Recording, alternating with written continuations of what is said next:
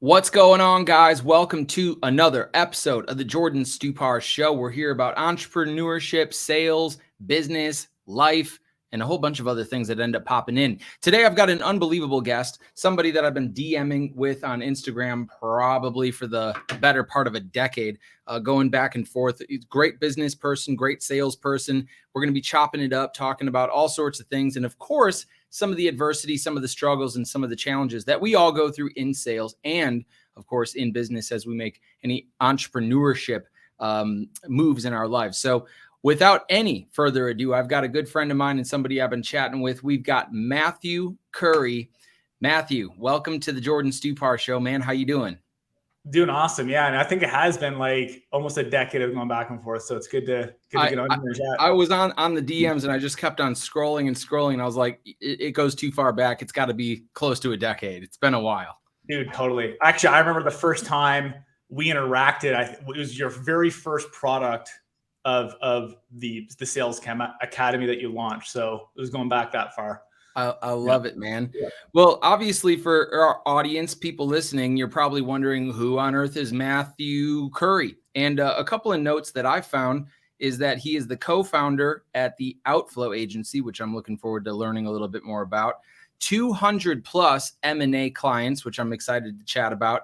And ultimately, he's helping M&A or merger and acquisitions, for those of you that don't know, M&A pros find and close deals, which I'm actually really excited to chat about because it's an interesting space, you know, buying and selling businesses and finding people that want to buy a business, who wants to sell theirs or merge or acquire, yada, yada. I guess before we dig into all of what you're doing right now, give me a quick little background on kind of how you got started in sales and in business, and what made you kind of get interested in transitioning into, you know, co-founding a company and taking that entrepreneurial route? Yeah, I think the first, like, where I really started busting my chops was even back when I was 18 years old. And that's actually, I accidentally bought my first business at 18. I was working for a landscaping company. They're doing just shy of around 500,000 a year.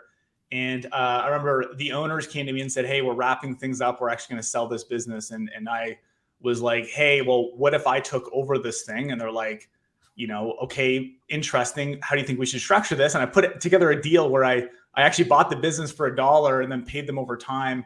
And that's when I really started busting my chops, learning about, you know, how to interact with clients, selling things to both residential and commercial business owners of facilities, and selling them property management services and stuff. But I guess really that co-founding, a little bit further on, I co-founded a marketing agency that was a B2B lead generation company.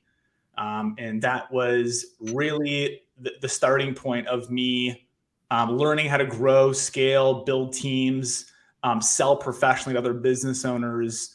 And I had the privilege to grow that actually that was an old business I had. I co-founded that, and we grew it to work with over 500 different clients across 61 industries. So that was a pretty interesting time. But then about 18 months, and that's when I really had to learn how to grow, scale, and sell. I love that. I think it's interesting as hell that you bought a landscaping company for $1. They must have like really, really, really wanted to like quit their business or get out of what they were doing. Yeah, and you know what? Some of those deals are around. You can do those deals if you wanna get involved in it. But it's kind of like that saying, you know, you get what you pay for. And the reason why that was even occurred was, yeah, the business was pretty upside down. They just basically wanted everything off their hands and to walk away. And their plan was just to liquidate the assets. So sell off their trucks, sell off their equipment, and tell everybody to pack their bags and go home. And I was kind of like, well, hey, I know this space. Why don't I take it all off your plate and run with it?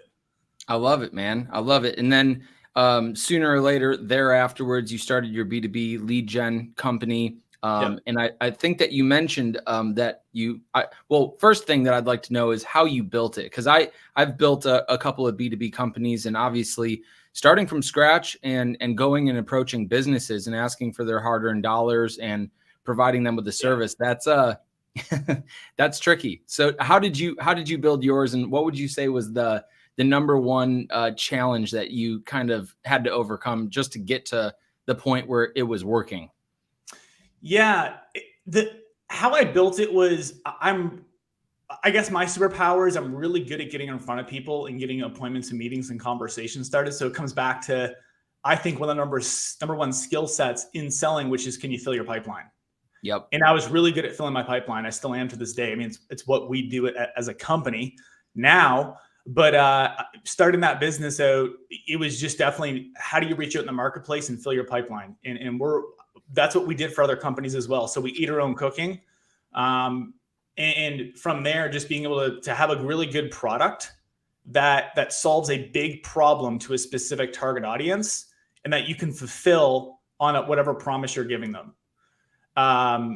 And also making sure that whatever the deliverable was in a scalable format, if you will, something that you can duplicate quickly as you start to ramp things up, versus you always being the one that has to wave the magic wand or whatever. You got to make sure you have a product that can scale. So when we went to market, we were learning as we went, though. But like, when you have a full pipeline and you have a starving crowd for a product that needs something and you can deliver it pretty quickly, scale actually becomes relatively easy. What ends up becoming difficult, I find, is sustainability and being able to build a team. Like, I think in entrepreneurship, I think what's a really defensible skill set is not a matter of like, I think the number one is building a team, leading a team. And that's one of the number one selling skill sets you can develop, is, can you sell your team on the vision, on the mission you're on? What is your cause, and getting your, being able to replicate yourself at scale so that we can fulfill on that product.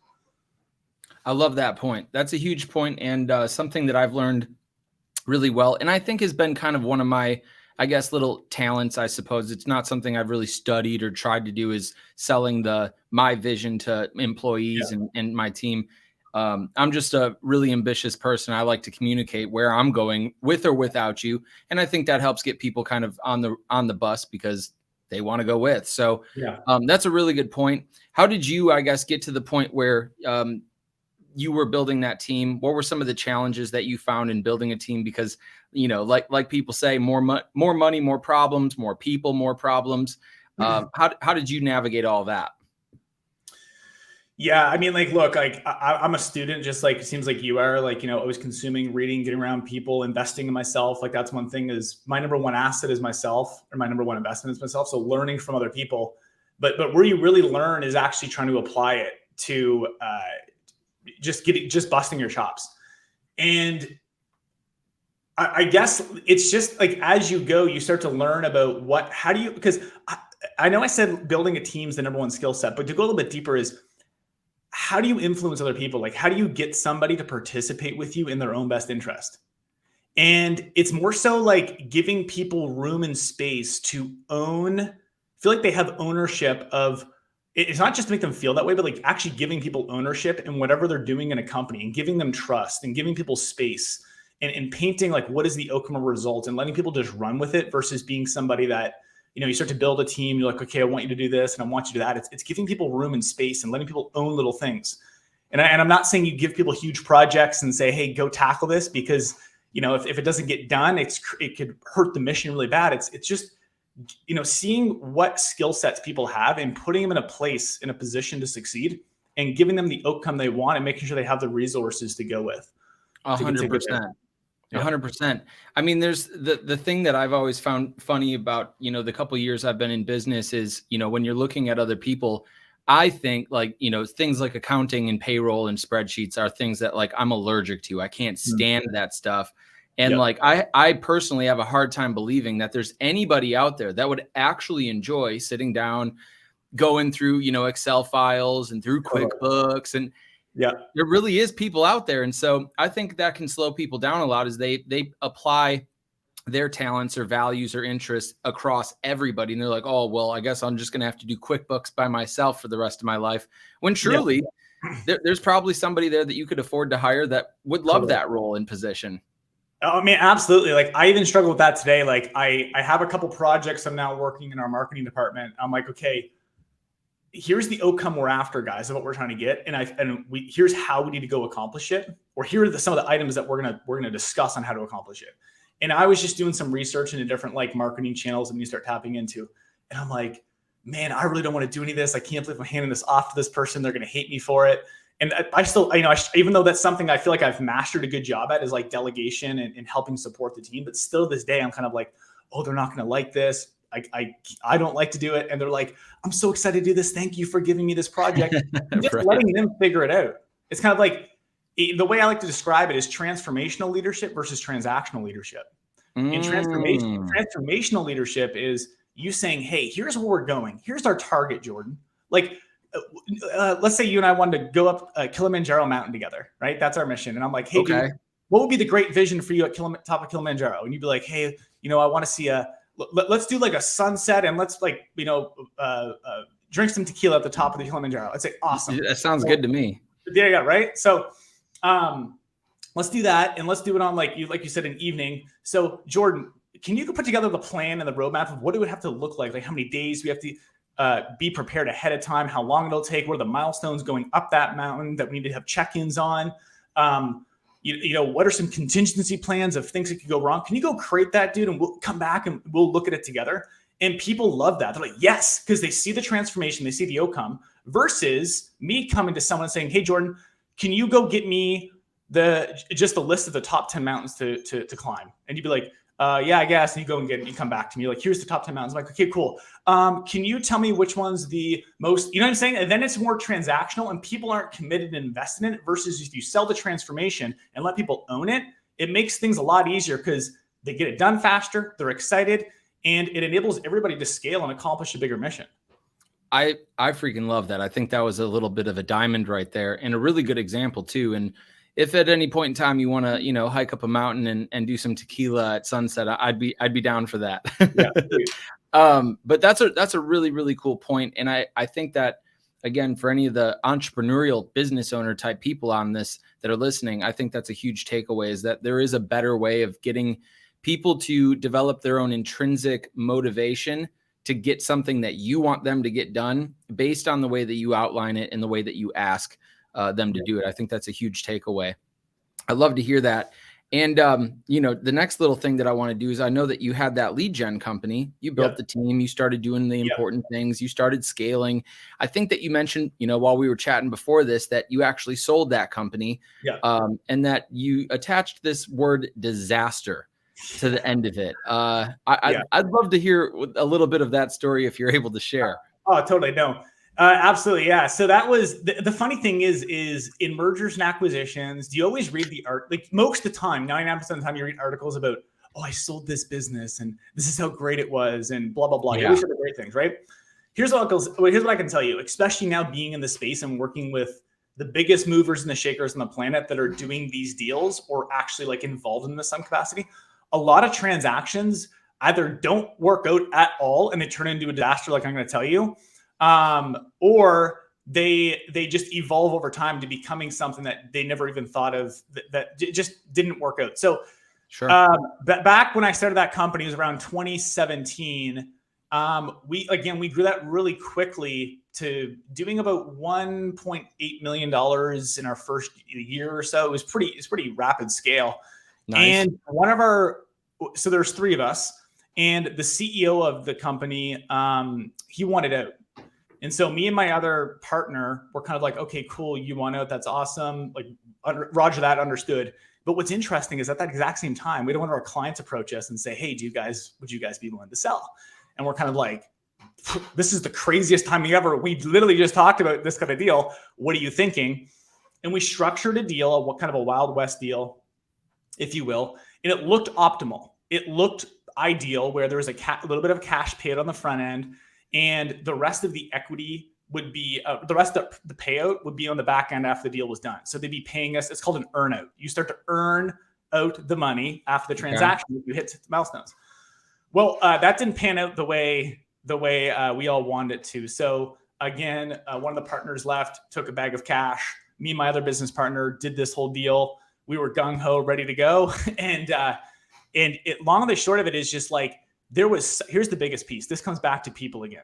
There was such a culture mismatch of what our current business infrastructure looked like and then what their current landscape looked like. And it became a toxic place that we were not able to jive and get our systems down and really chase a mission and a vision that we're all after. And honestly, we ended up the business was chipping away quite rapidly of just practically sinking. So fast forward about, I'd say 6 months in, I was like, you know what? I gotta stop digging a hole. What's that saying? What's that saying? If you're whatever, stop digging. If you're in a hole, you see yourself in a hole. What is that saying? Stop digging if you're in a hole. Yeah, there you go. Exactly. So I was in a hole, and we're in a hole. We're like, hey, this just ain't working. Like, we got to take a step back and get out of this thing. So it was a good experience to learn a lot of how the deals get structured and all this stuff. But like, even having the dialogue of selling the business was a disaster. Like, I just learned a lot about how that buyer interacted with our team and how it actually caused a lot of stress for our team members and stuff like that. So I hope that kind of gives a good background of kind of what went on there, but it was not as pretty as most people paint. And I hear a lot of horror stories like that people just don't share publicly enough of. Yeah, no, that's a fact. You know, I had my SaaS company for 2-ish years, and I sold that. And yeah, I mean, it wasn't pretty. You know, oftentimes it's you end up selling or exiting a company because things aren't pretty, and you just kind of want to start a clean slate, see if you can grab a couple of bucks and maybe, you know, start a new chapter. So that happens all the time. And yeah, for those of you listening that maybe have never been, you know, a part of an exit or a merger, acquisition, whatever, things can get pretty dirty because it's business, and you know, people want and have different expectations. So totally understand that. Now, obviously, you built that, you sold it, kind of went to a disaster, and then you kind of have your own clean slate. You're walking away maybe with a couple of bucks and an idea of something new that you want to do. Tell me a little bit about, you know, the Outflow agency. Is that what you transitioned into doing right afterwards? Yeah. And I do know that you started that from scratch as well. So I'd love to hear kind of first off, how did you get it started? And I got another good question I think lined up for you. Yeah, I'll give you the background. So when I was building that last company, I was just started learning and was kind of always fascinated with mergers and acquisitions. Like, it's a very elusive space, and I can get into more details of how it operates because it's very, very fascinating. I think it's one of the coolest things on the planet. And back at that old company, I had a client come on board that was an M&A advisor, a mergers and acquisitions advisor for healthcare companies. And he calls me up one day and he's like, Matt, what the heck is going on with this lead generation campaign? And his name is Bill. I'm like, Bill, what do you mean? What's going on? He goes, no, whatever you're doing, keep doing it, because we've never had this much lead flow in our lives. And when I found out how much he was actually producing from commissions on the deals we're sending him, I was like, okay, this is fascinating. So I thought back to Bill when I was kind of sitting there after leaving that other company, right? I was like, what do I do? I thought back to Bill and I was like, you know what? I wonder if I can take the exact same system in that old company and do it in the M&A space. And so that's what we did. We opened up a company called Outflow, Outflow, not oat as in oatmeal. Okay. It's my Canadian accent that's muddles it. But what we do is we're committed on helping M&A professionals close more deals by getting them meetings and appointments with prospects they want to get in front of. So again, how I started it was I started on a credit card. I started on an Amex. I didn't even open an LLC for it yet.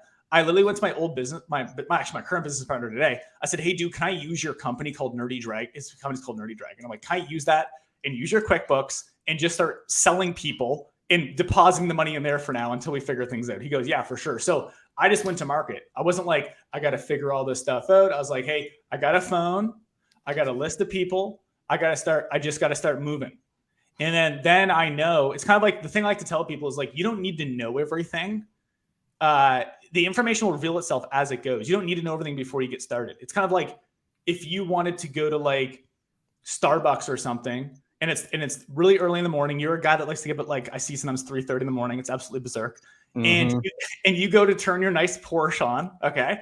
And the lights come on. You can't see Starbucks up the road. Right. But as you drive, you can start seeing what's happening and you eventually get there. That's what I did. I just took step by step. I love that. Yeah. I love that. And that's a hidden gem in this podcast is that you just got to get started. You know, when I did my whole cash cards things that really helped blow up my business almost immediately, dude, I didn't know anything about e-commerce or manufacturing or shipping or fulfillment. It's just one customer at a time and you get it done. Now, the other good question that I had is, when I fired up Stupar Enterprises for the second time, I'd already had some previous business experience that wasn't very good because I didn't really know what I was doing. Things were revealing themselves little by little. I can imagine that you probably took one or two or maybe a whole handful of lessons from that previous business that you had started. And so although you were starting a new company from scratch, I always like to tell people you're never really starting from scratch because now you've got some knowledge that you can use. What would you say was the number one, I guess, previous lesson or something that you had learned about business or scaling or whatever that helped propel you to start this new business a little bit cleaner, a little bit smoother, and just what did you pick up from the past that you did right the second time when you did it? Well, number one is I had a proof of concept. Like I said, I looked back and thought, I knew I could get results for a certain target market. So I went back to that story about Bill and I'm like, oh my God, this worked for Bill, right? I wonder if I can do this at scale with all kinds of other M&A professionals. So I already had some kind of experience. I think a lot of people want to start businesses where like if you think about how anything starts, like people generally start businesses where they have some kind of groove or understanding or connections or expertise or some kind of irrational passion and understanding about something. You know what I mean? Like it has to start from somewhere, right? Like you were a multiple time badass killer salesperson and you're like, yo, I'm really good at this. Why don't I teach more people how to do this? And I'll also do it myself in my company and teach other people in my company how to do it. Like you didn't just go, you know, I know how to build, you know, I want to start a Porsche auto repair company. You know what I'm saying? Like, I'm sure you could sell pretty good at that. But like, again, you got to start at like one beginning of some kind of edge and build out from there. So like, I already had a proof of concept and a case study. And that's what I'd say for anybody starting a company again is like, look around at skills, expertises, or passions you have. And do you have a case study or an impact story that you can then take into the marketplace? And that's a good place to start because you can also leverage that case study. Like you can be like, hey, I did this for this guy or gal. See, this is what we did. This was the result. Do you want this outcome? Here's how much it cost, yay or nay. Yep. And then you can start from there. That's my biggest thing.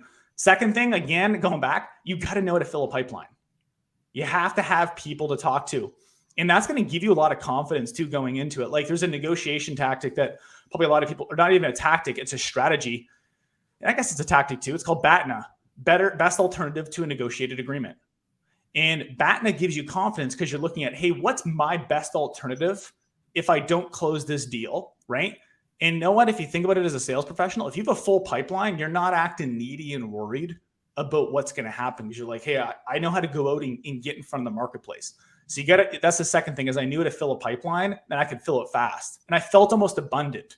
Even though I was coming from a place of desperation to get the thing started, I still felt okay. Yeah. No, that's a huge point, especially for obviously the sales audience here is people always hear, you know, fill the pipeline, prospect, get in front of people. And one of the main questions I get on that topic is like, well, how do I know that I've got a full pipeline? It's like, I think the best way of explaining it is, do you feel rich? Because if you had a $10 million in the bank and your car payment swings up for $800 and you have no income coming in, you still have 10 million in the bank and $800 is nothing. So cool, I'll make the payment. Whereas somebody that has $800, when that $800 bill comes due, they're dude, I need to find somebody. And that's what I believe it feels like to have a full pipeline. Yeah, no, totally. It is a huge feeling. And like, I don't know if there was an exact number. That's a great analogy, by the way, Jordan. Like for me, it was always just like, I was just jamming the calendar, right? Yeah. And I knew I could even see my calendar for the next few days and stuff. And I also knew I had all these proposals out.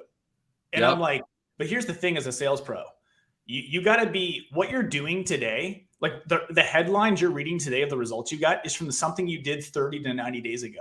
So you can't stop doing things to like, if you start to slow down and be like, okay, I'm just going to kind of focus on what's in front of me or right now. It's like, no, you have a huge pipeline. You have to be working those too. Because one thing I tell our clients too, like these guys are M&A professionals, mergers and acquisition professionals. I say, hey, look, I'm going to help capture opportunities for you. But for these things to transact and close, you have to be incredibly persistent, strategic, and tactical on progressing the opportunities we're bringing to the table for you. These are not deals that are just going to fall in your lap and close. You have to progress them.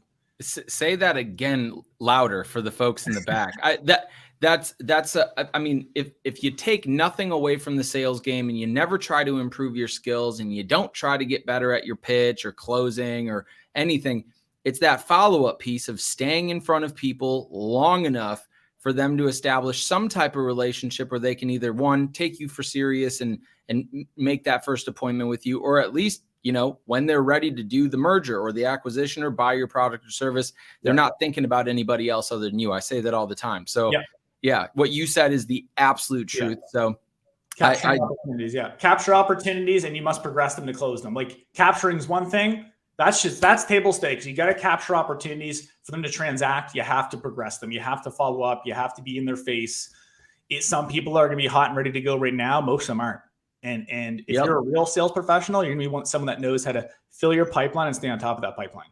I love that. Warren Buffett ain't having deals fall in his lap. He's actually, seriously, he's out hunting. He's out hunting big deals. Be like, okay, where in the marketplace is there a gap, and how can I find it? He's not like, now, sure, is he getting deal flow referred to him to buy companies? Sure. But by the way, I know Warren Buffett's buying companies, but let me tell you something in M&A. When you're the buyer, you're actually the seller. Okay?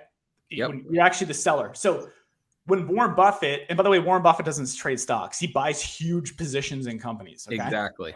So when he's finding deals, they're not just falling on his lap. He has a team, including himself, out finding, hey, here's our theses. Here's what we want to do. We have to go find these deals, and we have to get in front of them. Okay, they're not just falling on his lap. I love that.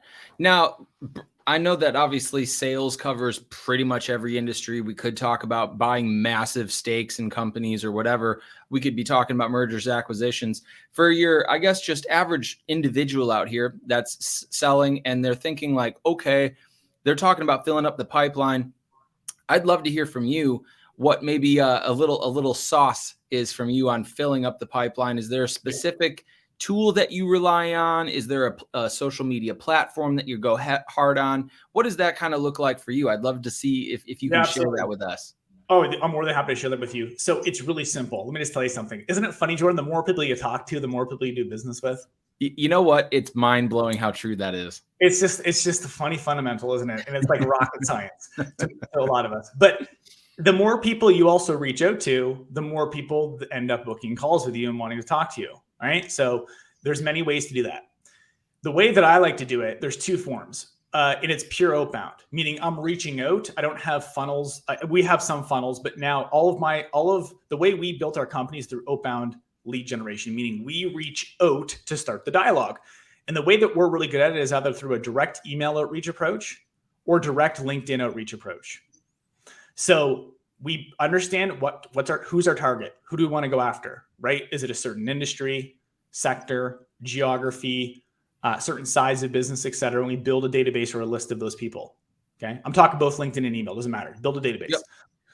Second thing is once you have that list, the list is not enough. For some reason, the space I'm in M&A, all the client, they just love the data. They're like, oh man, I got all this data.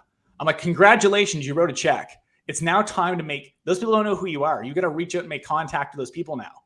Yep. And you got to be persuasive. Let them know who you are, what you do, what your value proposition is, and see if they're open to a phone call. Okay. Then you craft that messaging, and then you run a process on a day-to-day basis where you send us, it's outflow. That's what we call our company, Outflow. If you want inflow of anything, inflow of deals, opportunities, you must outflow something. So we're outflowing communication lines. I love that. Yeah. I love it. And is there a specific, because obviously I'm pretty sure that everybody knows that direct email can be a good idea. Direct LinkedIn can be a good idea. Obviously, email inboxes can be pretty, pretty overloaded with a bunch of stuff. And obviously, one of the things I hate about LinkedIn is all of the, random messages you get. Is there a specific approach that you found to work better than others in that case of using an email or LinkedIn? Like, instead of maybe writing, typing out a message, maybe you're using an audio message instead so that somebody can listen, or maybe that's a bad idea. Is there something specific that you found that kind of increases the ability to generate somebody's attention? Yes and no. So like, I'll just tell you, like, because everyone says that, like, hey, does LinkedIn even work? Like, I have all these messages, and same with email. It's like, hey, same with their voicemails, same with their phones, door-to-door sales companies. You know what I'm saying? Like, they're filled with people going door to door, canvassing for pest control services and lawn care and solar and all this other stuff, right? Like, everything works. It's not what you do, it's how you do it, which is what you're saying. Like, okay, well, then how do you do it? How do you break through? And here's what I'll tell you. The difference between like, everyone's like, oh, it's like, are we spamming them? Like, is it just spam in the inbox, spam in LinkedIn? The difference between spam and actually good sales message is relevance. So you have to have something relevant for them to be like, I like this cat. Like this, yes, this is relevant to me. They get me. They understand my problems. 100%. So the first thing, like, let's say it's email. The first thing is you got to create a subject line, and everybody else's subject lines are generally like longer, really formatted properly.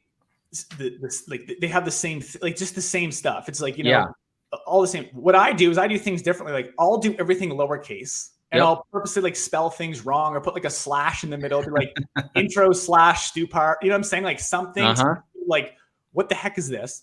Then when they open it, I make sure, again, that messaging is relevant to their space. So I like to open up with some kind of relevant connection that shows that demonstrates I'm an expert and I'm credible in their space. Okay. When I say connection, now, if it's a referral, you want to connect with them. Like, hey, Jordan, I was talking with, pretend you and I both knew a person named Bob. I'd be like, hey, I was chatting with Bob down at the Porsche dealer, blah, blah, blah. You'd be like, I'd hook you in. Oh, that's my guy. Yeah. You'd be like, oh shit. Okay. But the connection, if it's not, it's cold. It's like, I'd have to find a way to connect with you in the sense that, hey, I'm an expert in this space. Like, hey, I work with, hey, Jordan, seeing as you have a rapidly growing sales training platform, blah, blah, blah. I'd be like, it doesn't get you hooked yet, but it hooks you in to be like, okay, I'm listening. Right. Then what you want to do is have something that shows that you are credible. But credible meaning like that you've done this before and you're not just some looky-loo. Like, we've worked with companies like maybe it's like huge, like Tony Robbins sales training company, like other sales training companies do this, and this, right? Whatever it is, get this kind of outcome. And it has to be economic to some extent, because business owners care about three things: increase sales, decrease their cost, or expand their market share. So generally try to tie in some kind of economics like that. Then what I like to do is give curiosity, which is answering the question of, okay, cool. You're in my space. Got it. You seem like you have a legit solution, but why should I care? Like, what do you want from me? What do you have from me rather? Well, I have to have something for you to get in a phone call. So it could be, for example, what I'm doing with the M&A guys for our clients, when we reach out, we're like, hey, we're happy to share some insights of what we're seeing in the pest control space that's driving valuations. Also, I have a couple ideas specifically to XYZ company that I'm happy to share over a brief 20-minute call. So that's the curiosity piece. Right? I was like, oh my God, there's things going on in the space that are driving my valuation. I want to know what those are. Plus, he has some ideas. I'd love to hear those. And then you have to have a call to action. How does next Thursday work at 3 or the following Monday at 2 p.m. EST work? ? Thanks, Jordan. That's the call to action. So it's connection, credibility, curiosity, call to action, and you package that into about 100 to 150 word email. You send it out, and when you reach out to enough people start ending up wanting to book calls with you. I love that. And one thing that you blew past that I jam down people's throats all the time is you mentioned that email, including all 4 of those things, is going to be 100, 150 words. Yes. For a lot of people, that's really hard. Yeah. Do you find that it takes more time to be strategic with the way that you lay something like that out versus writing half a book and then sending it in an email and hoping that somebody actually reads all of it? People won't. Like, you got to get to the point. Like, the way I like to look at it is I pull up my phone and I look to see if I can quickly skim it and consume it on my iPhone versus no one's going to read all that stuff. Like, nobody does that anymore. You almost have to look. By the way, when I say 150, that's like actually a bit extreme. Like, we like to go in LinkedIn, I go like 60 words or less because I need to be like real quick. Yep. It's more social. Email, you can get away with like the 100, a little bit more, especially when you have some kind of real social tie to them. You can get a little bit more detailed, but like, yeah, look, here's what I'll tell you. Like the things that are hard to do are easy to do, and the things that are easy to do are also hard to do. So it's easier to write a short email to be brief, but it's hard at the same time because you have to simplify super persuasiveness in like a condensed format. And it takes the way you should be doing, the way I like to do it is I create an asset for myself. And here's what I mean. I pick a target market and I create a couple different email sequences for them, right? So I put all that hard work in and I run a process where I have either some kind of email, I'm going to use the word email automation tool, but I'll get into more detail on that in a minute. I have some kind of email automation tool that sends those out. And then I get feedback of data that tells me which one's working the most, open rates, booking rates, things like that. And then I start to press and go deep on the one that's working well. So I put all this work, yes, on the front end, but I've outsourced the labor of automation. I've leveraged automation to get results for me. So yes, you have to put some work in the front end, but over time you're going to it creates a scalable solution for you. For sure. And I always tell, my clients, like your email should be a tweet. Like, let it be a tweet because that's quick. And a lot of people find using Twitter to be difficult for that reason, especially back in the day when I think it was limited to like, what was it, like 160 characters? Like you had to be like, if you were going to get a point across, you'd have to really remove some words. So I love all that. And then I suppose if people are interested, I think that you were mentioning that you'd talk a quick moment about maybe some of the tools that you use to deliver the email or the open rates, yada, yada. I'd love to hear that myself. Yeah, there's a few. So like we love to use a company called Replyify. They're a really good software company. It's been around for a while. They are really good at sending. And here's the thing, guys. With email automation tools, there's a difference between like a marketing and then a sales emails. Okay. Marketing is like more like MailChimp and Fusionsoft and stuff like that. And it's using a third-party server to send the emails out. You need an email sales automation platform, because what it's going to do is actually going to hook up to a real inbox and send it from that real inbox for you. Yes. So that way it doesn't get caught up in spam. There's no weird formatting that makes it look like a marketing newsletter, because when somebody's receiving this stuff, our guards are always up, guys. So when they see this thing that looks like a formatted, like on purpose, I'll misspell stuff and make it look like I'm walking out of a huge meeting down an elevator stairs and I just press send. Yeah. Oops. And even my signature says MC. Like, I just don't want it to look like, you know what I'm saying? Super professional, overdone. Right. It's got to stand out. So just going back is that's why you need to make sure you have an email sales automation platform. I like Replyify. Outreach.io is great.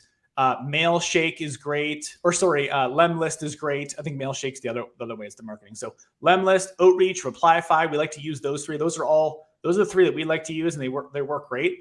I wouldn't get too caught up in like what's the perfect tool and, oh my goodness, I can do all these extra little widgy things with all these other stuff. Like that comes later. You got to get the fundamentals down of like getting a system down first that actually gets appointments booked for you through an email system. I love that. Yep. And just as the kind of entrepreneur, business owner guy myself, is there what's your favorite like calendar tool as far as they click a button? You like Calendly? I like Calendly. It's just always served us well. Same. I haven't deviated too much, but it's like it's so simple to use. It gets the job done. It just gets the job done. Yeah, and like we have to be, sometimes I have to be careful of when I use it. Like I like to use it on the initial email. Sometimes I'll put I'll put it down below, but I never want to make it the exact thing I'm trying to get them to click to. 100% agree.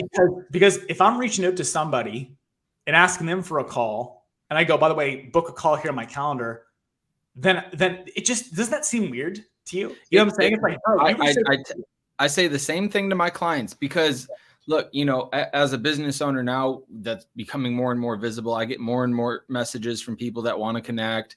And literally it just bugs the shit out of me when people are like, hey, let's grab a coffee on Zoom, click my calendar link and book a time. It's like, you missed everything that Matthew said 15 minutes ago about the email flow with curiosity, being an expert. You missed all that, and you're just asking me to click on a link to book time with you, and I don't even really know what we're going to be talking about, or if you're the person I want.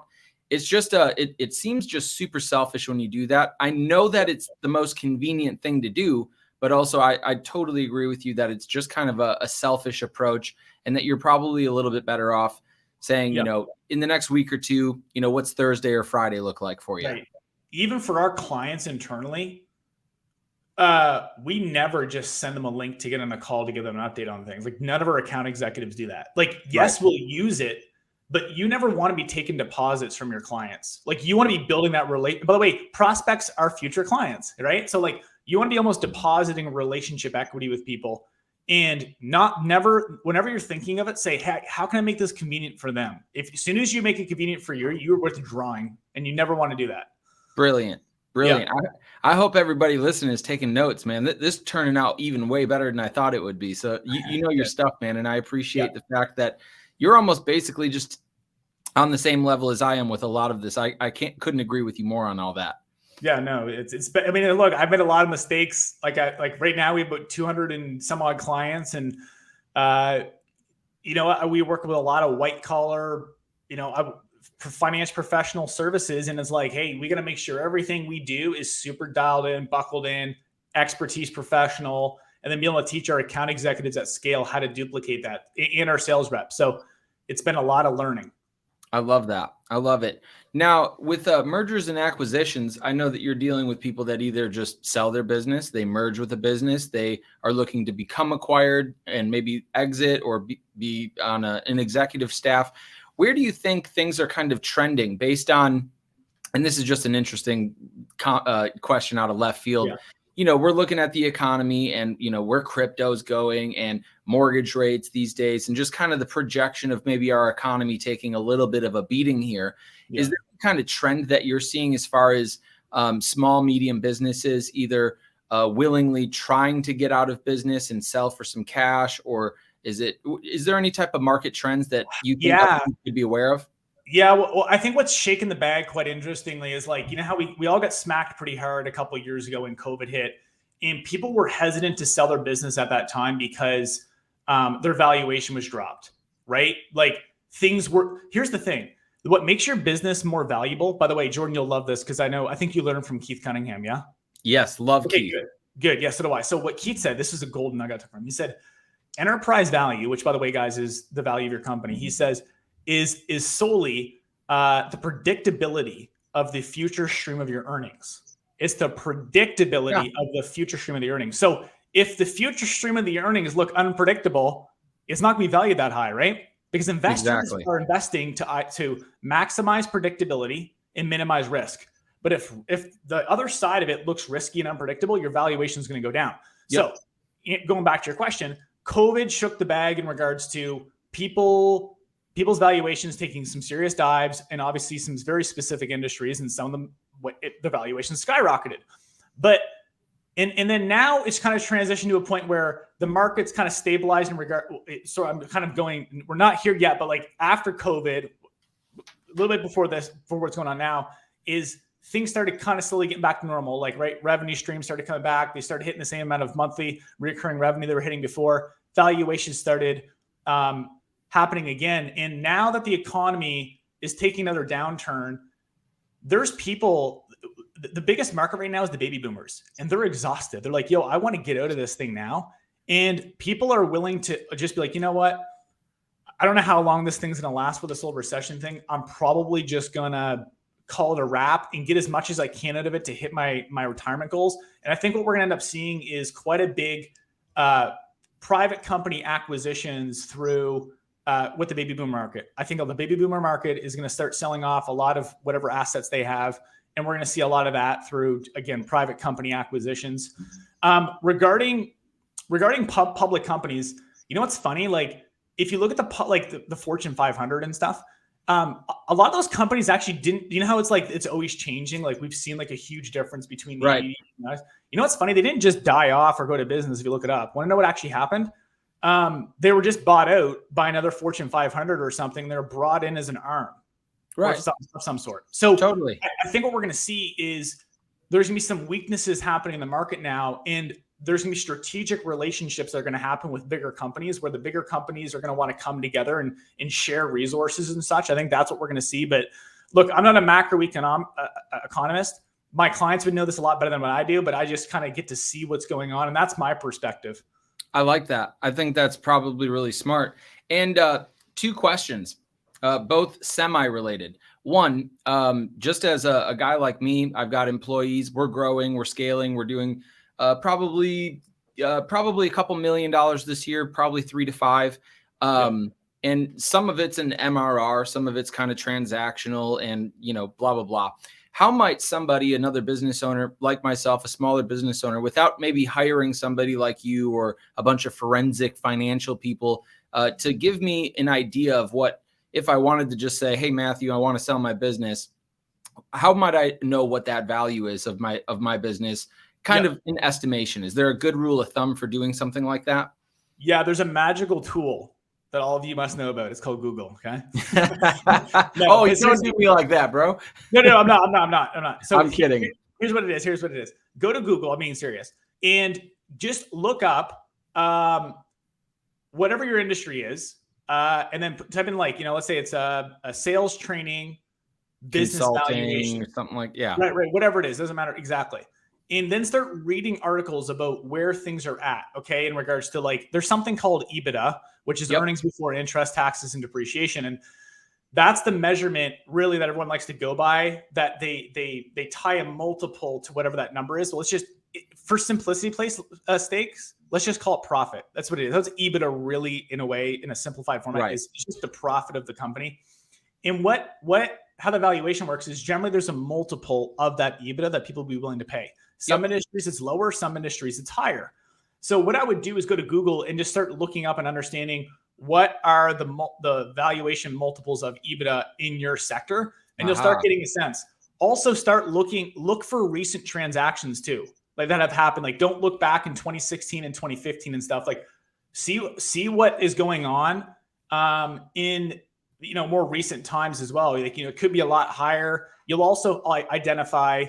I'd be looking up value drivers in your space as well. What are value drivers? What increases higher value? So for example, Jordan talked about, hey, I have some MRR stuff, and then I have one-off transactions. Well, if a private equity company came to Jordan, I bet you they're going to say a couple things to him. They're going to say, hey, we're going to give you 5 times EBITDA on just the earnings from your MRR.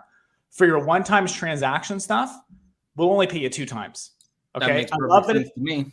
Right. I love it's there, but you don't know. And then let's say there's some personal branding relationship stuff. They might not value it at all. Be like, hey, dude, there's some personal branding stuff that's we can't really duplicate because you're not going to be here that long. So we don't really value that side of that income because it's probably not going to be here when you're gone. So that's where things start to get a little bit more sophisticated. But hopefully that helps in regards to getting a sense of what your value looks like. No, makes perfect sense. And quite frankly, is almost exactly what I thought you were going to say. I just wanted to see if you had some different expertise that could give anybody out there that has a business a better sense of kind of where they stand if they were going to potentially sell or do something like that.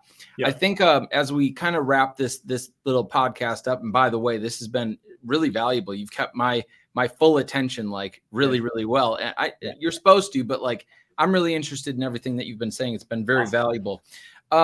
As we kind of transition out of this podcast, a couple of things that kind of come to mind is what do you think is probably the most important sales skill that you could have outside of the one that you claim is kind of your superpower of filling up the pipeline? If you were like a video game player and you lost that skill, is there anything else that you could rely on or want to improve to make sure that you continue to crush it in business and in sales? Follow up, man. I'm just telling you, follow up is the king. It's been everything for us too. We never close things on the first call. If we do, it's when I say never, it's does it happen? Yeah, sure. But it's all follow up. And it's hilarious to me to see even the people that seem so put off on the first conversation, they just end up, they might have had a terrible day, whatever. I don't know. But over time, you just keep chipping away at that. I'm telling you, follow up is the king in my eyes. I totally agree with that statement, 100%.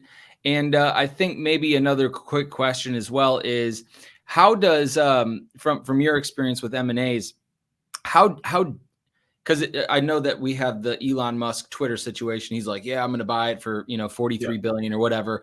And I think that a lot of people, because they just don't know about business and stacks of paper and attorneys and all that stuff, how deep does that rabbit hole really go from a Elon Musk's team of lawyers and financial people to Twitter? How deep is that rabbit hole of actually completing a transaction like that? It's insane. It's insane. So let me tell you guys how insane it is.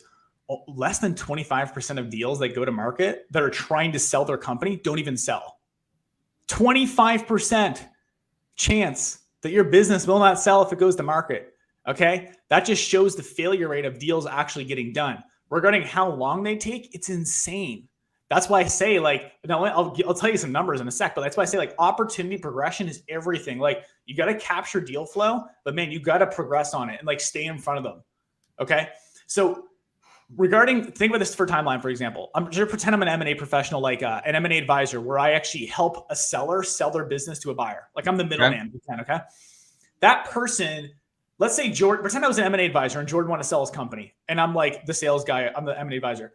I have to constantly be pitching Jordan and learning more about his initiatives and adding value over time and dropping in and sending him notes. That's going to take like 6 to 8, 10, maybe even 12 months for him to finally trust and hire me as an M&A advisor or as an investment banker. So that now we're just talking about like a year gone, right? Now he's now my client. He's paying me a retainer, and I also get a nice performance fee if I sell this business for a premium. Yeah. So now I got to go out and find the buyers. And I got to go find the buyers for his deal. That's going to take another 6 to 12 months. Now we're looking at like a multi-year sales process that probably won't even go through. So it is an insanely, by the way, this is why I love it. It's chess, not checkers. 100%. There's a lot of moving parts to it. It's super persuasive. You got to orchestrate a lot of people. Again, you got to get people to participate in their own best interest with you. So there's a lot of moving parts. So that's the perspective of like a big timeline like that. Obviously when you have a lot of credibility like Elon Musk and you have a bunch of resources and stuff, he can expedite that faster, because money talks at the end of the day, and you can get the quick and dirty things done. But that's the perspective of how long it takes. All right. And then I got to follow up and say, if you were a betting man, how long do you think it will take? Should everything go right and everything doesn't get derailed by something, how long do you think the process could take for a guy like Elon to officially close the deal and actually retain the ownership rights of a company like Twitter? Yeah. I mean, I think it's going to be like years.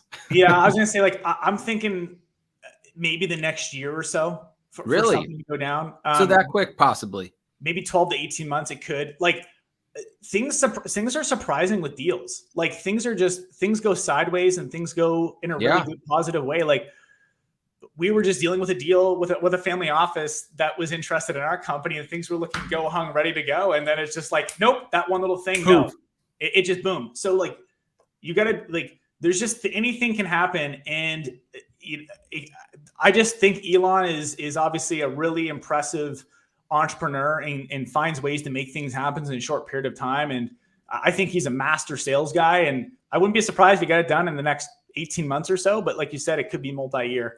That's my vague bet.